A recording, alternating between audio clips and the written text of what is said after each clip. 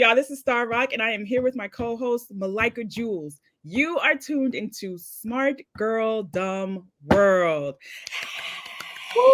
And here's a quick breakdown. Smart Girl Dumb World. So, in terms of smarts, we are talking about, of course, intellectual, book smarts, street smarts, empathy. I think that's a level of smarts that people don't really think about too much, being Yeah. empathic, having that sort of like emotional intelligence. So Emotional that's what intelligence. we're talking about, like all Yeah. of that rolled into our thing here, our vibe. Our vibe and our OG millennial tendencies to just Mhm. look at this world and think that it's dumb, think that it took Mhm. a wrong turn, and to be like, wait, what's happening here? We're going to be having these conversations about what's going on in the world, whatever really matters to us as young Black women, of the millennial ilk. Mhm. Starr is one of my favorite people. We met many years ago back in New York Mhm. City when I was a rapper. And she Yes. journalist on the scene. I was And trying what to I be a love, hip hop journalist. girl, hip hop journalism. One of the things we have to Mhm. talk about, because that world got real dumb. Okay. Woo! It's gonna be juicy up in here every time y'all tune in. Starr was my friend in the press back in my rap days, and we just stayed in Mhm. touch via social media. We agree on so many things, and we just decided, like, yo, we're smart girls. We're in a dumb world. We should have a podcast. So, welcome. Yes, because we know we're not alone. That's the short of it. We know We we're know not we're not alone. alone, and we know we're not alone, and so we're here so that you feel Or less we hope we're alone. not alone. We might, and if we are alone, you know what, Star? If we are alone, we're gonna be alone because it's a dumbass Exactly. world. You know what I'm saying? If it's done, like, for maybe it is just us. That's okay. We get 2 viewers, 2 subscribers, and 2 comments every time because it's me and you. That's enough for me because I'm over the corporate number run. I'm over it all. I Same. just need something more organic. It's all giving shifty, shady, weirdo corporate job all through the internet, and I just Mhm. can't take it Mhm. anymore. Mhm. So I feel I like miss I miss the internet days. I miss the social media, like when we were in college, like when it was like just Black Planet and like Live yes, Journal. I mean, it was a little chaotic then, but it definitely wasn't what it is now. Like now, literally everyone is on it, and the corporate interests have figured out, oh, we can capitalize off, like back in the day, right? We'll say maybe a decade, even like about a decade ago, hmm, maybe even 5 years ago, yeah, going viral still was, it's always been kind of a random thing to do, right? right, Like it's hard to strategize going viral. Like you can try, but it's always been kind of yeah, random because it really just depends right, on who captures what. But now right, it's very, very, very strategic in the sense of like you basically have to pay for that yeah, visibility. Now that the right, corporate interests have figured out that social media is a real thing. And that's right, crazy to me because I remember going to job interviews like after college, and they would like side eye me because I'm trying to get jobs at I was still trying to get jobs at magazines, but I yeah, was only really able to write for like digital publications at first. hmm, And I remember getting side eyed, like, "Oh, this is a cute little, you're a cute little internet writer, a cute little job on social media or whatever." And now everybody is realizing the money that can be made, and it's kind of like yeah, not a gift and a curse. I don't want to say gift and a curse, but it's definitely like more on the curse end of what it's become now that capitalism is involved, right? Like all these corporate interests are monetizing how you can go viral. You have to subscribe to this to get the visibility, or you have to pay for this ad, or it's crazy, or just act a yeah. That's fool. why, yeah, actually, that's why everything that goes viral now looks the same. Mm-hmm. And like I don't even click on it anymore. I'm like, this is so, it's so predictable. Like, Mm-hmm. but that's why I think that like the rise of Ressa Teesa is so amazing, right? Mm-hmm. Because I feel like in her instance, like that woman, I don't think that woman was trying to go viral. I think that Mm-mm. woman had something to get off her chest. Like That part. there were no, And it's there were not no like it's an uncommon type of story either. Like we've seen people do that little story times and stuff on the internet. right. So She took the story time to the 10th power. And one of the things that I think is interesting about what she did was that she used that long form, that 10 minutes. So it's like the way that the internet is always moving its goalposts, like for the last 10 years, it's been shorter attention span. 5 seconds, 10 seconds, 2 seconds. Like what Ressa Teesa did was completely go outside of that, using that 10-minute function on TikTok. The fact that I and millions of other people Same. was watching them 10-minute clips. And yes, I was watching them, washing the dishes, in the shower. Same. It was like a podcast. And I tried to play myself at first. Like I was like, I'm not watching all of these 50 videos. Oh no, I watched every 50 video, all the 50 videos, and not just broke it up. Like I just was like doing stuff and had it on in the background. every time one of the like a video ended, I was like, okay, I'm not gonna watch the next one. Then I'd watch the next one. Like I'd even be like, okay, I know how this is gonna end. Like I don't need to. I would still watch the next one. And then like by the second day on that weekend, when I'm in my robe walking around my house like this, right? I was like, does she have me hooked on her story? Like, because it's like, I like even just as a storyteller, like the story went a little long, like it drug along for a little bit. Like I was still my editor's brain was definitely working. Like when I heard her tell the story, and then I finally got from point A to all the way to the end, I definitely was like, okay, I definitely would have cut this out. She could have cut it here. She could have cut it there. Like, you know, this could have been 15 clips instead of 50. Right. But I love the way that she did it, which was her own way, like what she felt like doing, what she felt needed to be done. And I love the responses to it, the way that it's gotten the world to talk about. I think the appeal is that every woman has dealt with a man that's like that a little bit. They're not giving full legion. We're not doing full legion, but you might have had.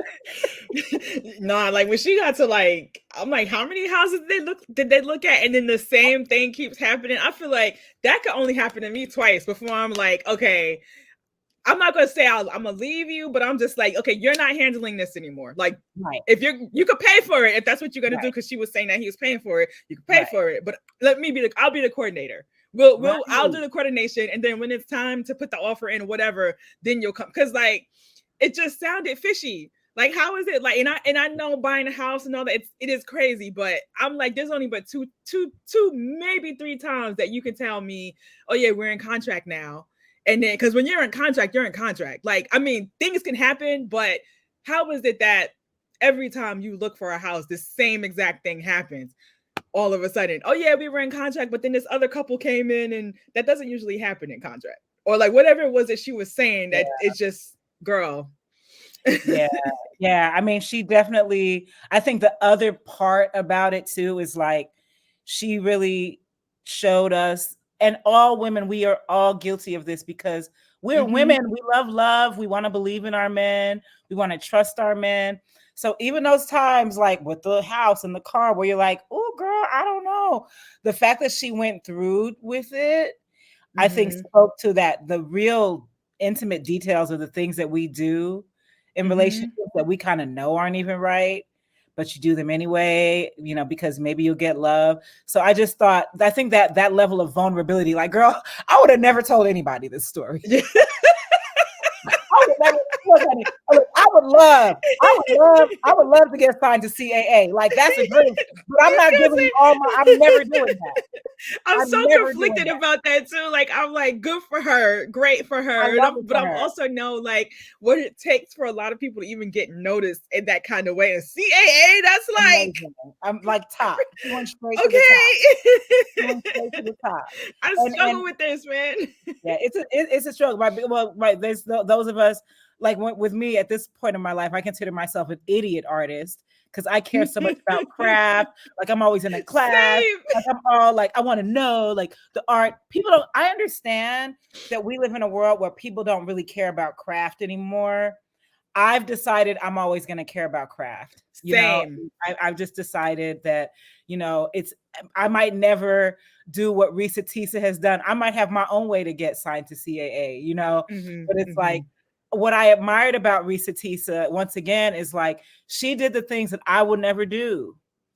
I would never divulge that much information to And I'm like, strangers. we all got stories. We all got stories.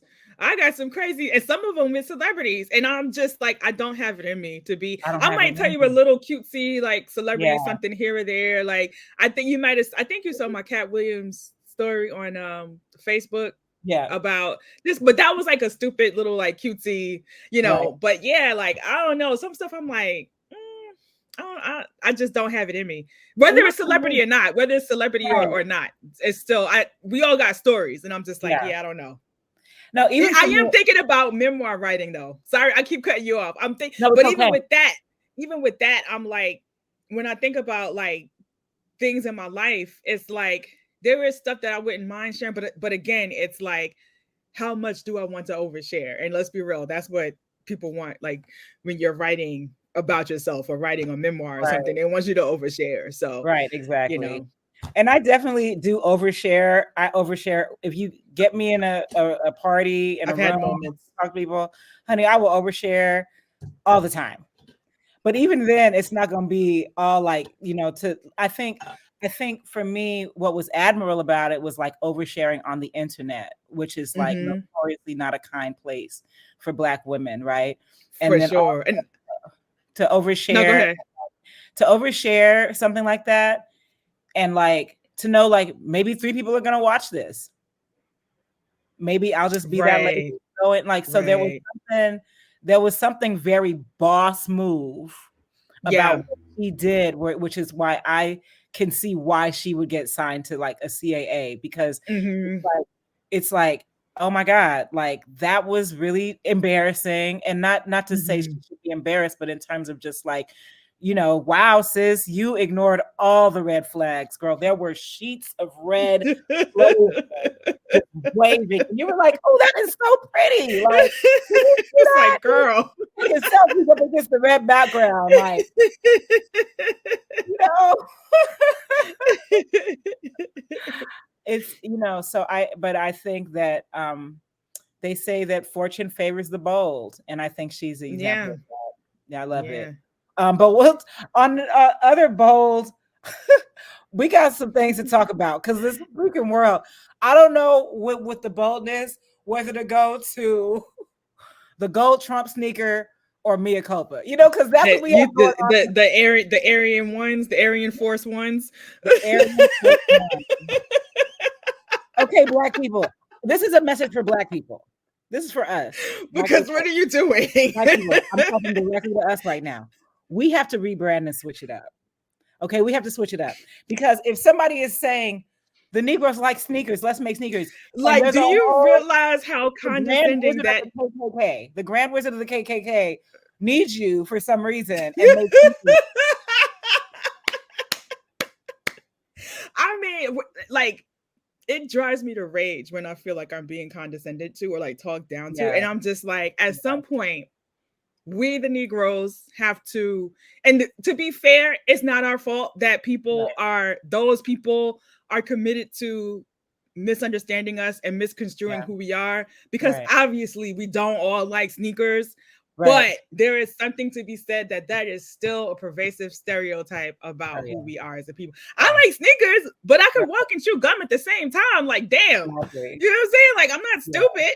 yeah. It's. And so I don't know. Like, I that was mean, so infuriating. it's like for me. Well, it's just the level of trolling. Like I think the GOP has a real Mm-hmm. and I want to say white supremacist culture has an issue with trolling the Mm-hmm. people that they oppress. It's like with Elon Musk naming Twitter X. Like it's like with And Donald Trump. now trying to co-opt that oppression. I don't know if you know Oh yeah, about the lawsuits that's been going on, like the anti-DEI law, like going after organizations that yeah, fund like Black oh businesses, yeah, particularly yeah. Black women. Like, Right, it's right, right. crazy.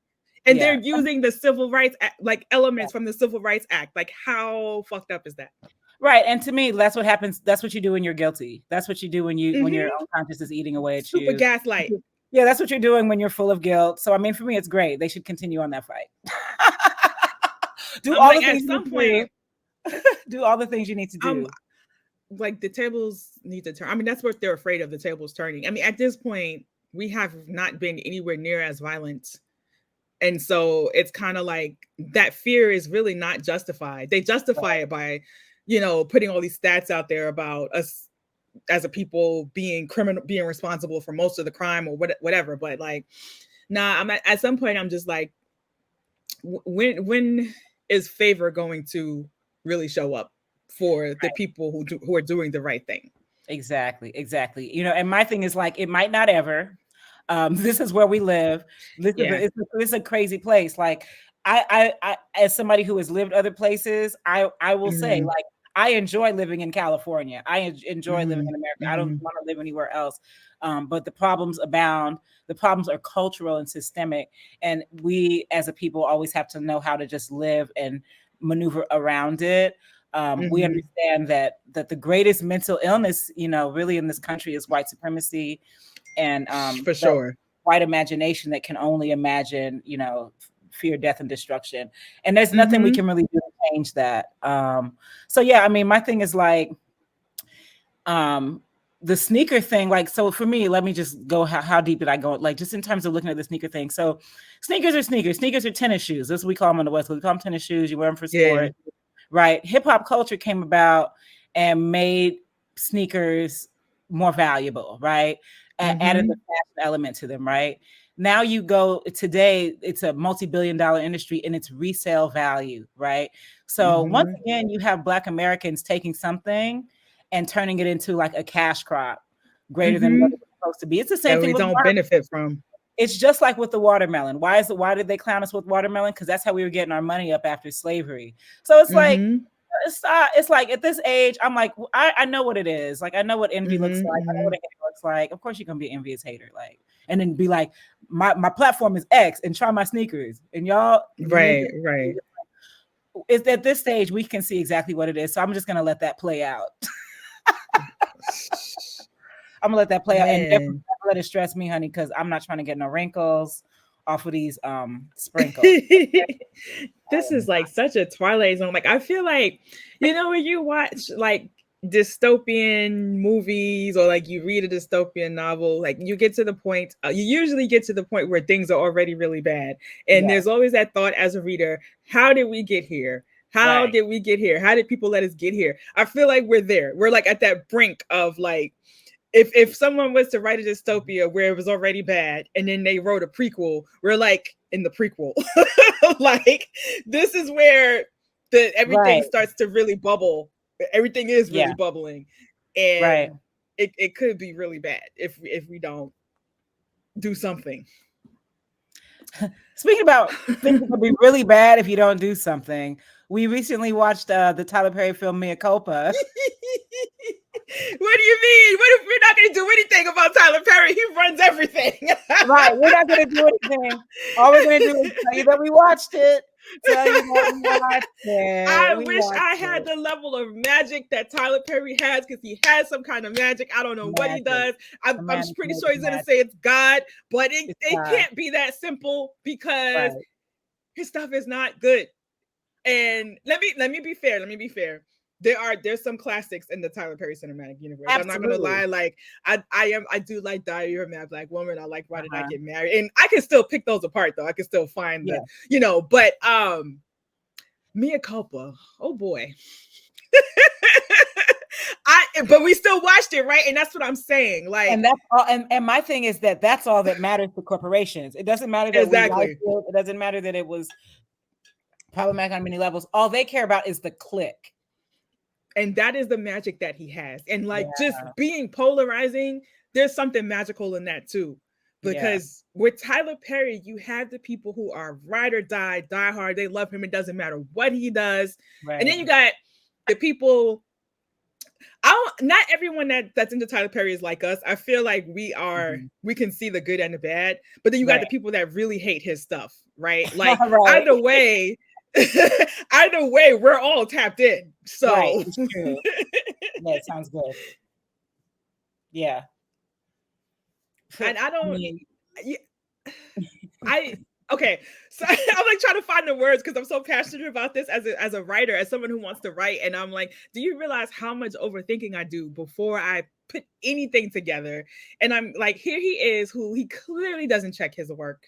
And if he does, I mean, at some point he like, you check your work in the process of people acting it out and don't care, right? Like if there's something that doesn't work or whatever, like you're still gonna move forward anyway and put it out. Yeah. Like I told you a story about how, so I'm in a Facebook group of like Black people who work in production, like TV film, and like these are some real accomplished people. Like they've worked across the board on all kinds of shows.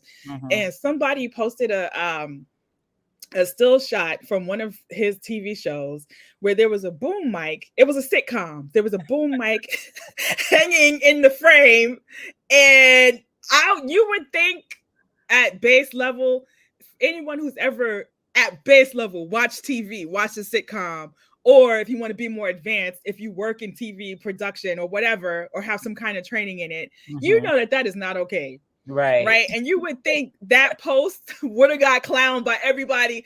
That thing was 50-50. Yep. There were people, of course, the people were clowning, like, what is this? This is so unprofessional, blah, blah, blah. But on the flip side, you still had people, professional people, who were like, well, it's not that serious. Why are you trying to tear down a Black man? And it's like, are you serious right now? It's so ridiculous, right? It's like, what is our standard? Like, are we just in ground level mediocrity? Like, so for me, it's like, as much as I don't want to boom shot, I don't want to boom in my shot, like, but I will say that, like, I used to live in West Africa. I used to work on like Nollywood film sets. And one of the things, did you live in Nigeria? I didn't live in Nigeria. I lived in Ghana. Oh, Ghana. Right? Okay. Nice. Ghana. But it's like, I don't know how to express Ghanaian film world to people. So I just say Nollywood film, and then I go from there. Cause it was because Nollywood to me is just like almost like a big portion of the West African music industry. Yeah. But I remember working on some films with folks, and definitely there was times when that boom was in the shot and the shot was still recorded. What I loved about working on those sets was how fast they worked, how they was like in and out, that there was something there that they was getting it done. And I loved that. So, and I imagine Tyler Perry works like that too. And that's, so for me, that's why Tyler Perry is the Nollywood of America.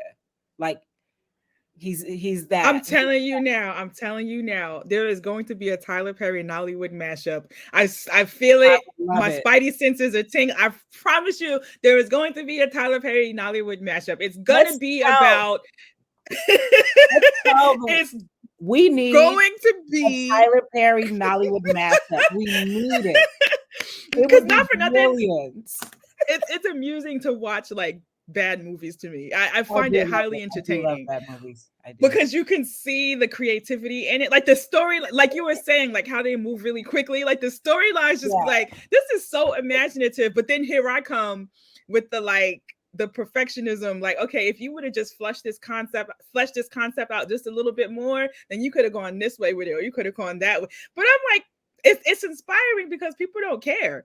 Like, as much as I want to be less intense about trying to get things right, I could look at them and be like, they don't care, and they put it out, and look what happened.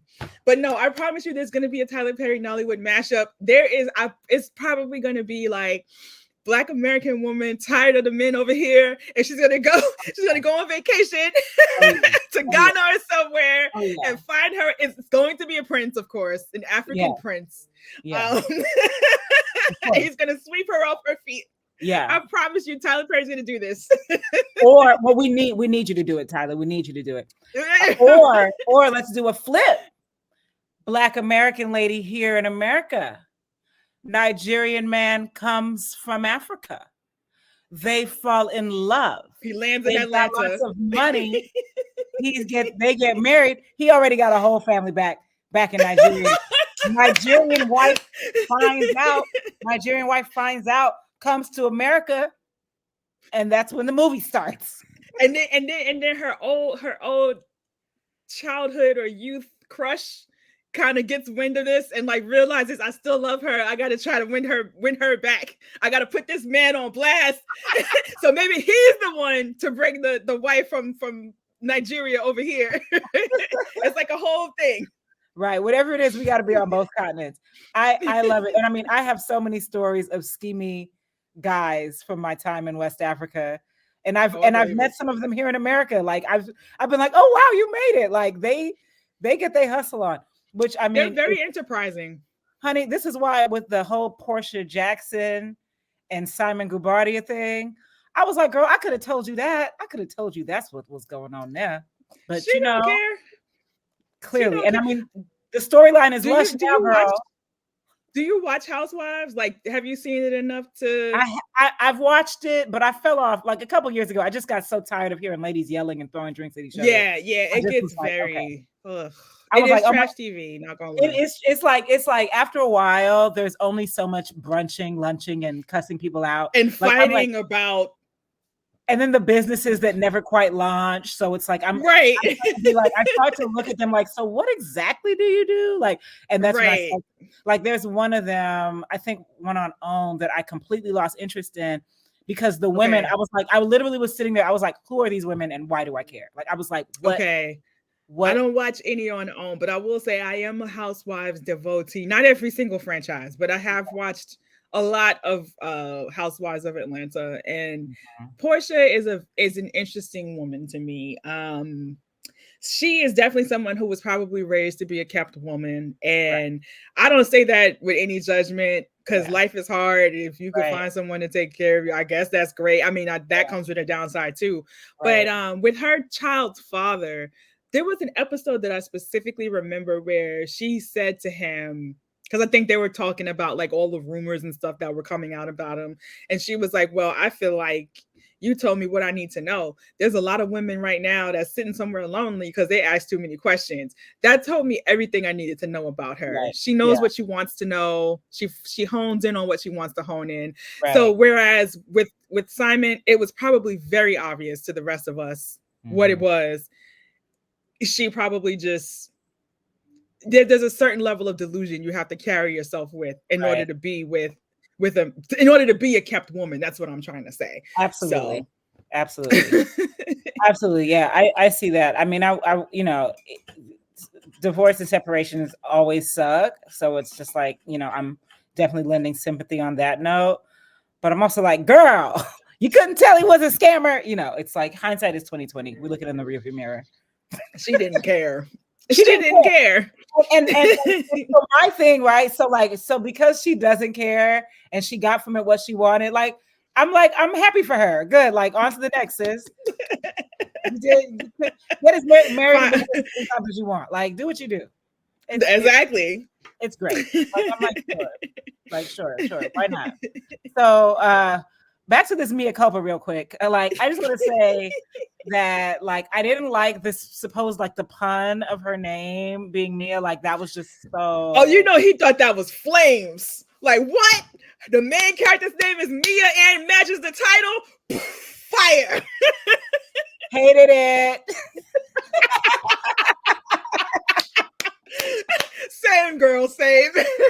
I think, you know, Tony Baker did such a great review on this oh my God.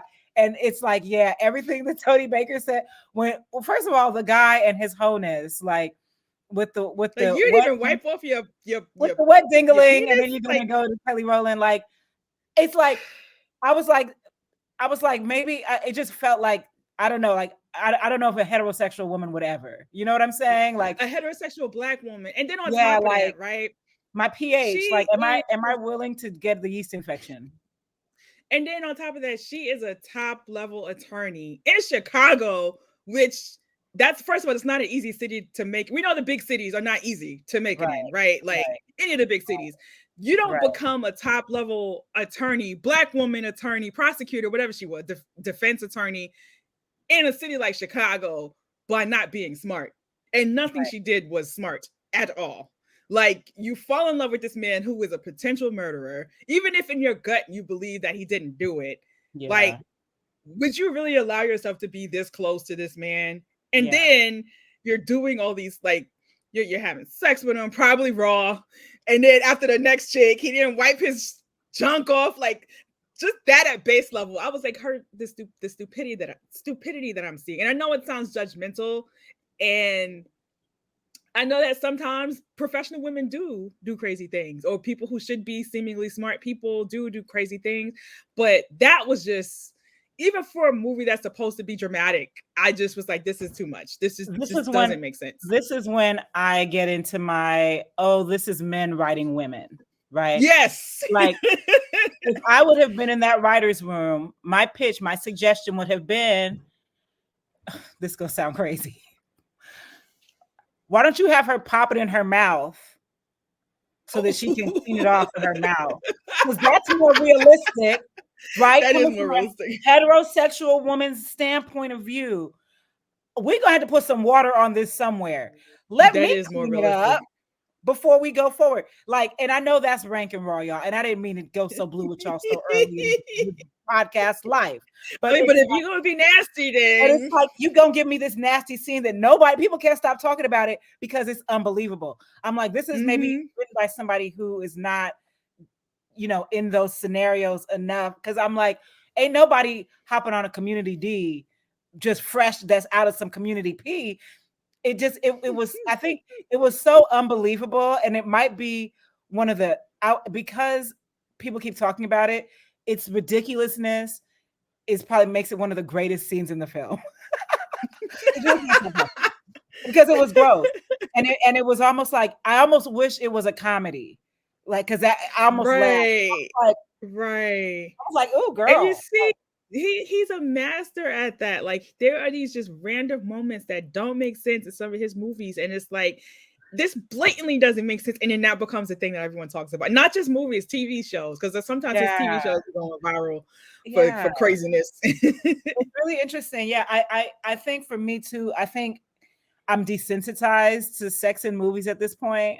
I'm so not Same. interested. Like this is where I'm at with it. Like if I don't need to know how your characters get down in the bedroom to move the story forward, I don't want to see it. I don't Same. want to see it. Like I don't care. Like it's not turning me on. It's giving me like I'm always like, okay, when are we gonna get this over with? It's not Because it's turning me usually on. gratuitous and doesn't move the story along most of the time. And honestly, like if I want to watch corn, I'll go to Corn Tub. You know what I'm saying? It's like if I want to watch Right. corn, I'll go to the corn store. It's like if I'm watching, it's like it's sick because it's all about the click, and I'm like, wash your wash your thing. Like that was nasty. That was And it's then like the mom, you his want to show us where villains are Jesus is. always and then his villains are always they're just so villainy. Like there's just no So, they just come they just I'm a bad man. I will take my wank out of one and put it into another without a washcloth. Like, because the what mother, I was like, why? Like the mother gave overseer, and I did not like that at all. I the don't know if that was the overseer intention. mother. Look, that woman, whoever played that actress, God bless her. I cannot imagine, that role, like that hating ass mama. You know what I mean? Mhm. Like, and then it's like, ha ha, I wasn't sick at all. Like it was so. I was like, yeah, that's true because she did just kind of get sick out of nowhere. It's like after a while, and I understand. Once again, this is the unfortunate side effects of being like a little bit smarter in our world, right? Because I think Mhm. writers and directors are told to dumb things down and like go Mhm. for like the third grade reading level and go for. It's like I'm looking like, okay, this lady clearly never showed any signs of being cancer. Now all of a sudden she has cancer and there's no hair. It's like it's giving like middle school play, but then there's corn in it. You know what I mean? It's like, but once again, my love for writing, my love for creation, my love for Mhm. television, my off comedic sense of humor made me watch the whole thing. I was like, it couldn't be. Mhm. It got to a point where I was like, is it getting worse? Like, whoa. Mhm. Mhm. But I'm amazed. I'm amazed at the fact that I mean, clearly he's smarter than me, got a lot more money than me, and gets his stuff He made. doing So, something right. so I'm not hating on the man, but with my own mind and my own thoughts and my own opinions, I do be like, what?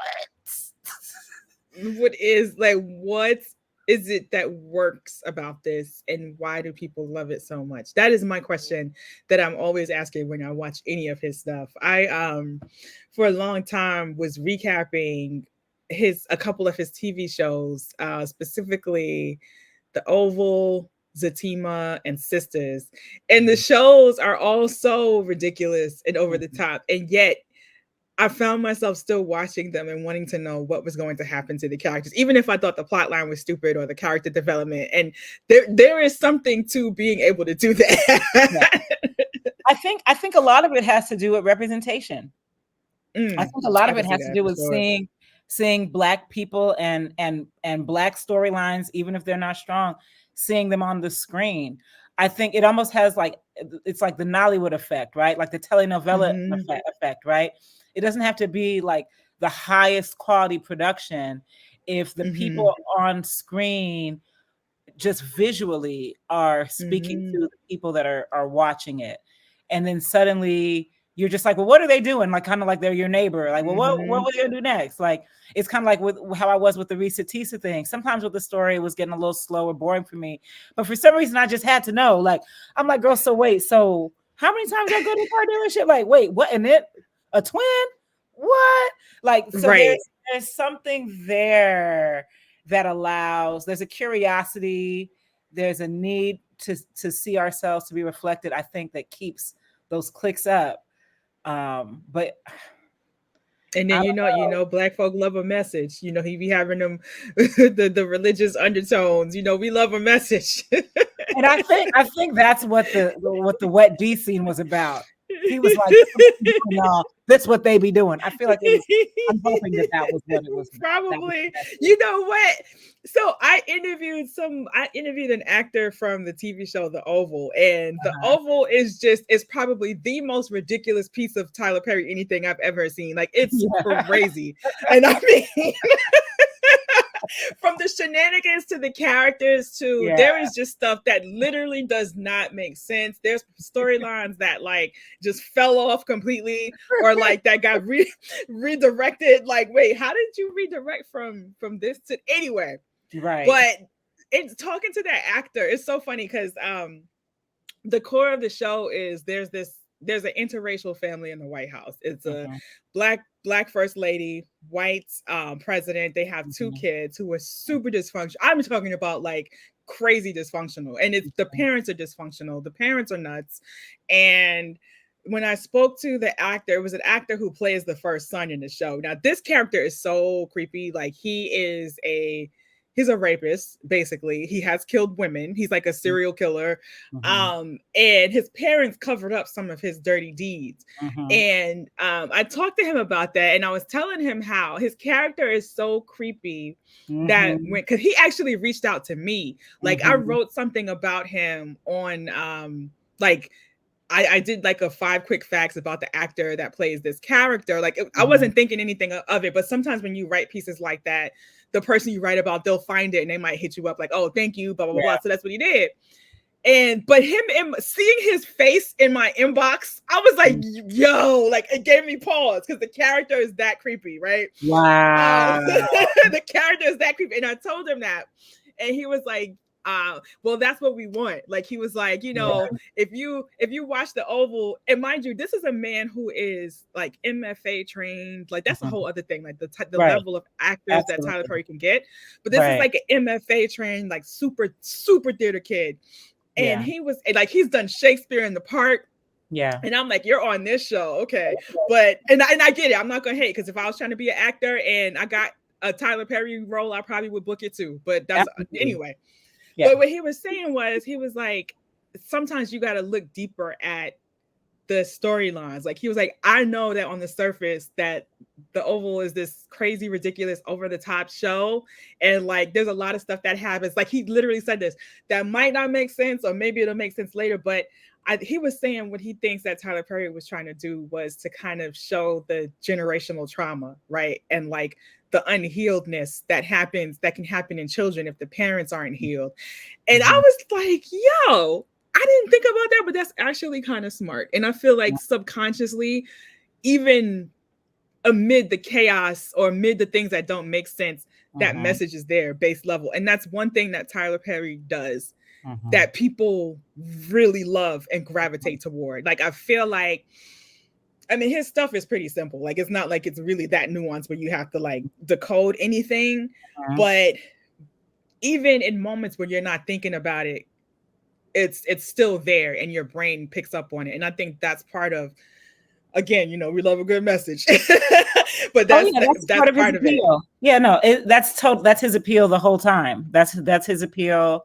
Like, I mean, you know, and for that actor, shout outs to him. That sounded like it might have been a reach, but whatever. It's That I was thinking that too. I was like, yeah, you're thinking a little okay. I mean, I can see that, but I only it's hope really that not that. people have the same energy toward me when I start to do my shit. That's what I'm saying. Because And you I know what I I'm know over? You know people. what I'm over? I'm over black girl perfectionism. Yes. And like I feel like one of the reasons I enjoy watching Tyler Perry's films and other films that to me, artistically maybe don't touch me, is like because they got over the perfectionism. They got it done. They're living their Yep. full dream. And like ultimately I'm inspired by that. And ultimately I'm hoping that from this point forward it pushes me on to like to believe in my project and because it's like I'm up in here writing something for the 10th rewrite. Why? Right. Right. But no, but you know what though? Don't feel bad because there was another Tyler Perry show that I was recapping where somebody like there's stuff in the story that I'm like, nah, see, you could have fixed this if you just went back and read your stuff over. Like there was like somebody was running for office or something like this might not be the specific example, but I'm talking about this type of mistake. Yeah. And it happens when you're a writer. So like Yeah. somebody was running for mayor, right? In this particular episode or in this particular part of the story, they're running for mayor. And then later on, another character mentions that they're running for a city council. The same person that was running for mayor is now running for, you know what I mean? And that's a mistake that could happen. But if you just went back and looked at your work, that could have flipped. But for some reason, it stayed in. Like instead of just like, oh, let me change the wording. Let's reshoot and change the wording. It just stayed in. So Or like, that's how not about we cool. take out the wrong one? How about we omit the scene that Figure has out which one it's gonna the be.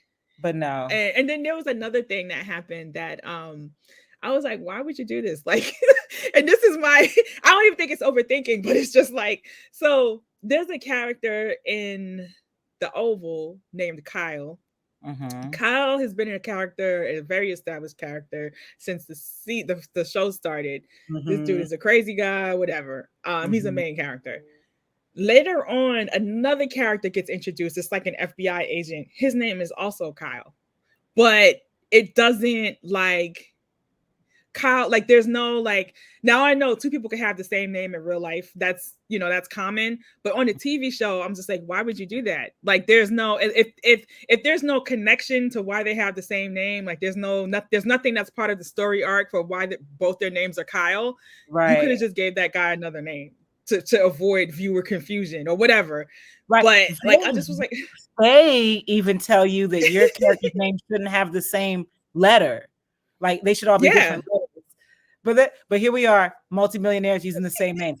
Buck the rules, y'all. The rules don't matter anymore. They really don't. No one cares. No one cares. I'm and I telling promise myself, you, nobody probably noticed that. That's for me and you. The rules don't matter anymore. And that's why I feel like I've been betrayed by the world.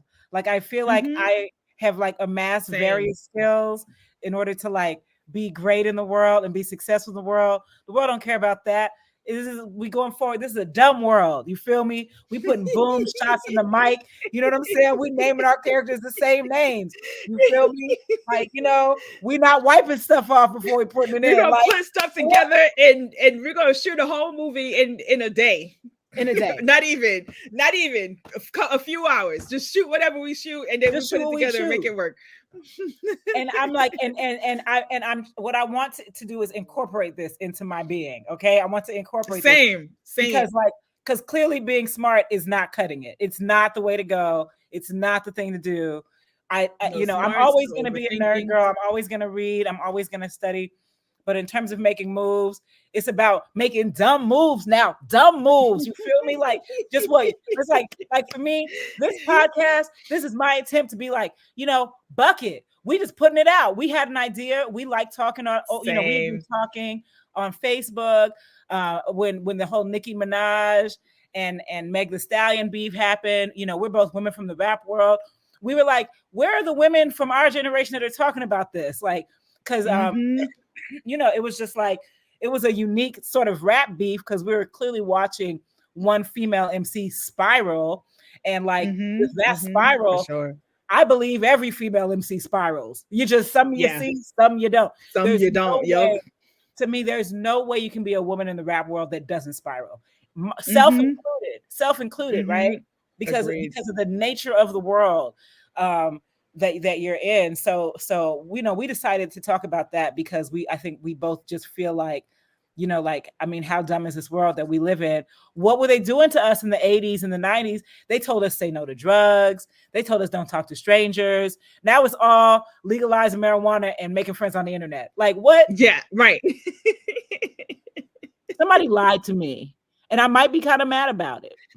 Be the best you can. We talked about like being the talented and gifted kids, right? Like Yes. always seen as That's have to phenomenal and be the gate best where you can women be, trap.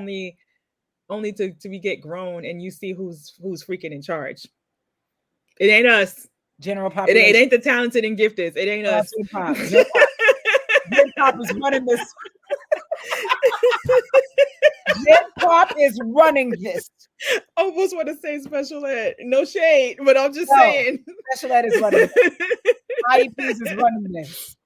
It's just, I think it's so funny, right? Because obviously, like, I'm not mad at the way I do things or how I do things, but I just can't help but laugh at the world we live in today. It's the complete opposite of the world I think that was envisioned for, like, I believe the children are our future. It's like, well, you should have been crying when you sang that because it's awful. Right. Yeah. But there's beautiful things about it too. I mean, of course, obviously we're able to do things like this and connect. You're on the East Coast in New York, I'm on the West Coast in LA. We're able to kind of come together and connect. I just think it's so important for us to be putting out, different ideas and opinions and sharing what we do, what we've done with the internet. Cause it's like you just don't know who's on there. You don't know who's watching. You don't know the effect it's going to have. You know what I'm saying? So I just feel like this is a great place to come and talk about mea culpa and how and people hopefully we do connect with people in meaningful ways, even if they don't publicly support, but like they might slide in the DMs. Because I can tell you as a journalist that's happened too, like and shoot, not even as a journalist, but just as like a content creator, like I have like done like live tweeting back when Twitter was Twitter, or like recaps of TV shows, whether it was reality TV or like scripted or whatever. And you'd be surprised the people either from those shows, whether they are an actor on the show or maybe like behind the scenes or something, they'll definitely slide in your DMs and like, oh yeah, when you said this, I agree with that, or da da da da. Like they'll say stuff to you that they might not be able to say to the powers that be or the higher ups. So, I do hope we can make that connection too, whether it's public support. I mean, public support is great. That's what we need, right? For the algorithm. But even like if people could just like, just on the low, be like, yeah, you were right. Yes. And public algorithm, if you've made it this far, like, share, and subscribe for the algorithm. Make a comment. Just be like, yeah, boom. Me too, but not the hashtag me too, because that's some else. Yeah, not the hashtag. With that, but like, show love because we are just two girls in the world that's kind of crazy, and we want to talk about it because we've lived enough sense life of it, man, to try to make sense of this thing. So I feel like no, go ahead. Oh, no, I was gonna say, I have we hit all our talking points today? I feel like we've hit all our points. Yeah, we did. I mean, we did a good job today. I think this is great. This is like the first vibe. Let us know if you like our banner or whatever, what I'm saying, our colors or whatnot, because we definitely thought about that to make it visually stimulating for you. Shouts out to all my neurodivergent girlies that need, lights on the side. Like, I am one of you. I see you. Yes. I'm figuring things out about myself. Having gone through some things with my daughter. I won't put everything out there, but like it's just this. Yeah. No, it's real. We live in a world where, like, how do we keep our minds? How do we keep our minds intact with all that's going on, both externally and internally? For me, the way that I think we do that is by talking to each other. Making sure, sometimes it's just making sure when you and I, before we started this podcast, and what made us start this podcast was that you would post things up on Facebook and I would read them. I'd be like, oh my God, Starr is thinking what I'm thinking. I'm not crazy. So sometimes it's just that. It's just that. And so for anybody watching, we hope that you felt it, the way that we felt it, just a little voice to folks that think in a world that don't. Mm-hmm. And I want to randomly ask you a question, like as we Sure. end this. What has year been like for you? Like, what does it feel like the theme of this year has been for you and is going to be? I'm curious. I'll tell you why in a second. The theme for me this year is go. It's Mm-hmm. go. And it's go because I'm a cerebral person. I'm an artist and I'm an introvert, number Mm-hmm. one. Mm-hmm. But the Mm-hmm. number two, I'm also like an extrovert and a performer. Mm-hmm. So those Mm-hmm. two things, like I'm always at odds with. And I would say the last 3 to 4 years, I've been indulging my writer, my introvert. I mean, I still do stand up, right? So that's very much Mm-hmm. extrovert. But stand up is majority writing. So I've been, writing a lot. This year now is about bringing my things out into the world. So Okay. y'all probably about to be sick of me. I'm about to have like 4 podcasts, 3 shows. You're like, what? With 5 followers? Yeah, I'm gonna do that. I'm gonna do that because I don't really care. Like, I really want to put things out. I'm tired of sitting on things and sitting ideas. I really love to produce. I love to make things. Like at this age in my life, I'm not waiting for somebody to notice me. Like, I know I'm that girl. I know that I'm Mm-hmm. that thing. Mm-hmm. So I'm just gonna keep kind of. Yes. That's why it's the go year. So it's like even with my stand up, I'll be doing more. Okay. Podcasting, I'll be doing more. With my show Hood Tour, I'll be shooting more. We have the pilot up on my YouTube, which is my Black girl version of Comedians in Cars Getting Coffee. But we're going to be doing more hood tours in the spring because I got some funding to do it. So even just like making sure funding is in place for things. And Mm-hmm. that's why it's a go year for me. Whereas before I've been like really sitting, trying to figure things out. What do I want to do? Who am I? What is my voice? Well, we don't figure that all out because time has been a ticking and life has been a living. Okay. So now that I know those things, I'm ready to go.